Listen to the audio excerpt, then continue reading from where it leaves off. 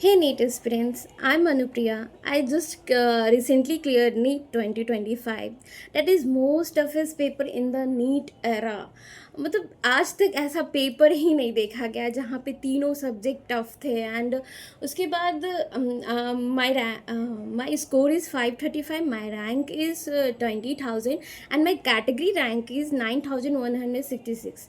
तो मेरी दोस्त है अभिलाषा, जो मेरी 11th क्लास से दोस्त है। हम लोग एक लोकल कोचिंग था पटना में, तो हम लोग जाते थे वहाँ पे। तो वहाँ से हम लोग एक अच्छे दोस्त हैं, तो वहीं से हम लोगों की पहचान बनी थी। तो मेरा भी ये 5th अटेम्प्ट था और 4 ड्रॉप मैं भी मेरा भी 4 ड्रॉप हो गया था। तो मैं 2 ड्रॉप तो ऑनलाइन पढ़ी थी, घर पे सेल्फ स्टडी की थी। बट मैं लास्ट के 2 सालों में गोल विलेज गई थी। मतलब उसमें क्योंकि मेरा घर से नहीं हो पा रहा था, तो मेरे पेरेंट्स और मेरे मतलब मैंने सुना था गोल विलेज में कि वहाँ पे बहुत अच्छा पढ़ाई मिलता है, इन्वायरमेंट अच्छा मिलता है। तो मैंने सोचा कि हम जाते हैं वहाँ पे, कैसा देखते हैं वहाँ पे। तो वहाँ से मेरा सिलेक्शन हो गया है fortunately, and I am so happy कि मेरा सिलेक्शन हो गया है due to the goal village. क्योंकि वहाँ का ऐसा इन्वायरमेंट ही है, मतलब वहाँ का इतना अच्छा इन्वायरमेंट है, इतना पढ़ाई वाला इन्वायरमेंट। बस नीट, वहाँ पे आपको किसी चीज़ के बारे में कोई सोचने का मौका ही नहीं मिलेगा। वहाँ बस नीट नीट नीट नीट के अलावा आपके लाइफ में कोई एग्जिस्टेंस ही नहीं रह पाए। तो वहाँ पे जो वहाँ के एमडी सर है, वहाँ गोल विलेज इसी क्राइटेरिया पे ही डिफ़ाइन किया गया था। पूरे खेतों के बीच में एक बड़ा सा बिल्डिंग है, ना कोई मार्केट है, ना कोई मॉल है जहाँ पे आप घूमने जा सको। मतलब सब कुछ से दूर, आपकी फैमिली से दूर, डिस्ट्रैक्शन से दूर, पढ़ाई वाला इन्वायरमेंट है। बस नीट ही आपके दिमाग में, वहाँ पे जाते हो तो बस नीट नीट नीट नीट के अलावा कुछ सोच ही नहीं सकते हो। तो अब मैं बताना चाहूँगी कि गोल विलेज क्यों अच्छा है, मतलब किसी को गोल विलेज क्यों जाना चाहिए। तो गोल विलेज इसलिए जाना चाहिए कि वहाँ पे देखो, पढ़ाई तो सब कर लेते हैं, बाहर वाले बच्चे भी पढ़ लेते हैं, बट उनमें कंसिस्टेंट नहीं रहता। वो धीरे धीरे, मतलब कुछ कुछ टाइम के बाद डीमोटिवेट हो जाते हैं। वो अपने आप को मोटिवेटेड नहीं रख पाते हैं, जो कि नीट नीट के जर्नी में बहुत ही ज़्यादा इंपॉर्टेंट। डिटर्मिनेशन, कंसिस्टेंट, मतलब ठीक है, कंसिस्टेंटली पढ़ना इज़ मोर इम्पॉर्टेंट दैन कि एक दिन ज़्यादा पढ़ लिए, एक दिन कम पढ़ लिए। तो वही चीज़ को वो प्रोवाइड करता है गोल विलेज। तो कैसे प्रोवाइड करता है, तो पहले वो आपको अवे फ्रॉम द डिस्ट्रैक्शन। तो डिस्ट्रैक्शन क्या क्या होते हैं एक स्टूडेंट की लाइफ में? फ़ोन, फेस्टिवल्स, घूमने जाना, मतलब डीमोटिवेशन, पढ़ाई का पढ़ने का मन नहीं करना, मतलब थोड़े थोड़े टाइम पे ब्रेक डाउन हो जाना।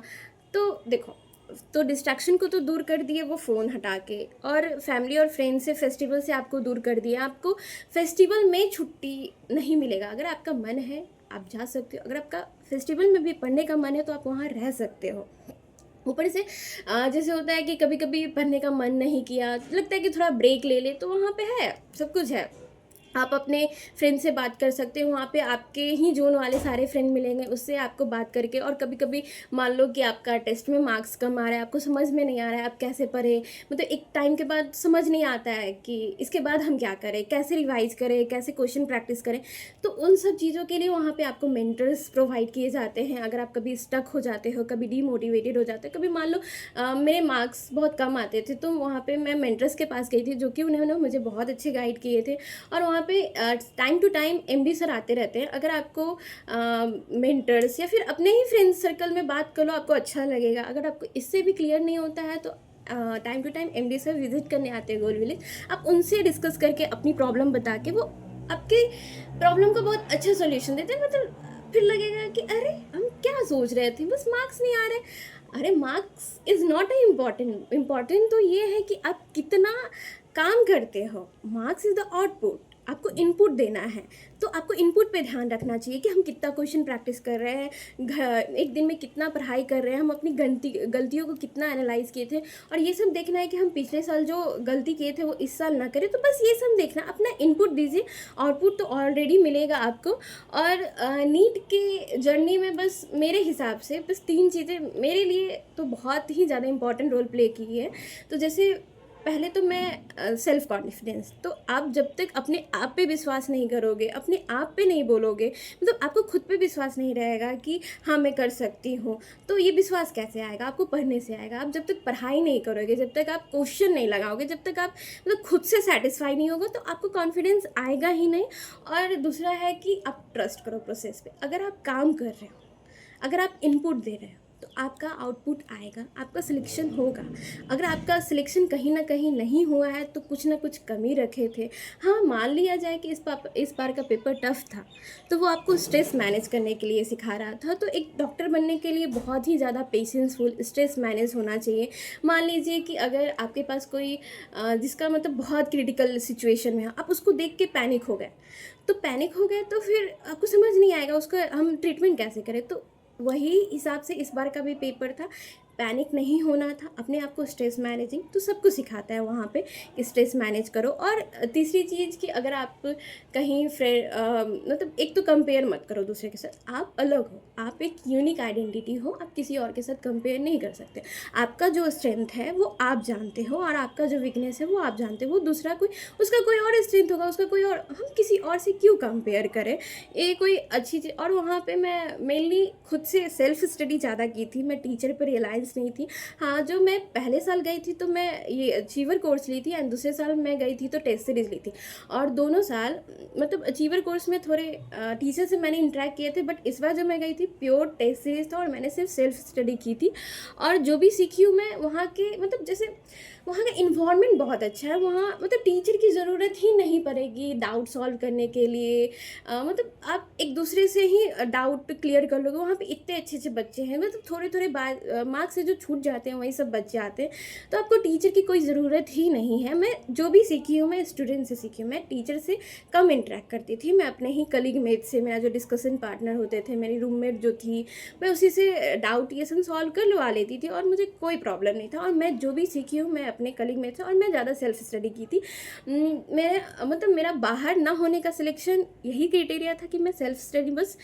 होता है ऑनलाइन में क्या होता है कि बस लेक्चर देखते जाओ, नो क्वेश्चन प्रैक्टिस। तो मैं वहाँ जाके क्वेश्चन प्रैक्टिस की और वीडियो कम से कम देखी थी। मेरे पास सफिशिएंट नोट्स थे, एमआर सर के नोट्स मैं भी ऑनलाइन पढ़ी थी, और उसी को मैं गोल विलेज में जाके मैं सेल्फ स्टडी से उसको मतलब मैं अपने कॉन्सेप्ट को बिल्डअप की, क्योंकि मैंने सारे वीडियो देख रखे थे बाहर, तो मुझे कोई वीडियो देखने की ज़रूरत नहीं रहती थी।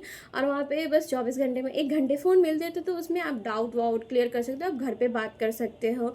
बस यही है कि मतलब ऐसा नहीं है कि गोल विलेज से बाहर सिलेक्शन नहीं होता है। गोल विलेज से बाहर सिलेक्शन होता है, बट अगर आप गोल विलेज जाते हो तो आपका सिलेक्शन का चांसेस जो होता है वो 99% बढ़ जाता है। तो ऐसा कोई क्राइटेरिया नहीं है कि आप गोल विलेज जाओगे तो ही सिलेक्शन होगा। This is not a true. ये चांसेस गोल विलेज में जाने से बढ़ा देते हैं, क्योंकि ड्यू टू द इन्वायरमेंट वो डिस्ट्रैक्शन से दूर करते हैं। बस इतना ही। अगर आपको मेरे से गाइडेंस चाहिए कि मैंने कैसे पेपर अटेम्प्ट किया था और मैं गोल विलेज में रह के कैसे कैसे पढ़ाई की थी, कितना क्वेश्चन प्रैक्टिस करती थी एक दिन में, और फिज़िक्स को मैंने कैसे स्ट्रॉन्ग किया था, बायोलॉजी को पे कैसे पढ़ती थी, और ये सब अगर आपको जानना है तो आप कमेंट कीजिएगा। और जो मेरी दोस्त है अभिलाषा, वो बहुत ही ज़्यादा सपोर्ट की थी और वो भी मुझे सपोर्ट करती थी।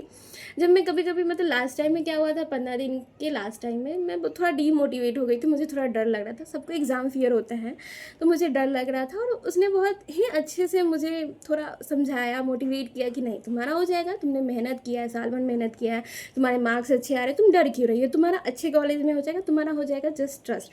और इसकी बातें सुनकर मुझे लगता था हाँ, अब कोई मेरे पे जैसे होता है ना कि कोई अगर आप पे ट्रस्ट करे तो आपका कॉन्फिडेंस कुछ अलग ही होता है।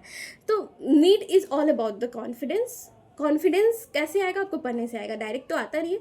तो उसने मुझे बहुत बूस्टअप किया, बहुत ही ज़्यादा वो मोटिवेट करती थी हमको, बहुत अच्छा लगता था उससे बात करके, थोड़ा पॉजिटिव फीलिंग आती थी कि लगता था हाँ कोई है जो मेरे साथ है, जो मेरे पे विश्वास करता है। क्योंकि जिसका इतना अटेम्प्ट, इतना ड्रॉप हो चुका है, उसको खुद पे ही सेल्फ बिलीफ नहीं होता है, वो खुद ही डाउट में रहता है कि मैं कर क्या रही हूँ, कैसे कर रही हूँ।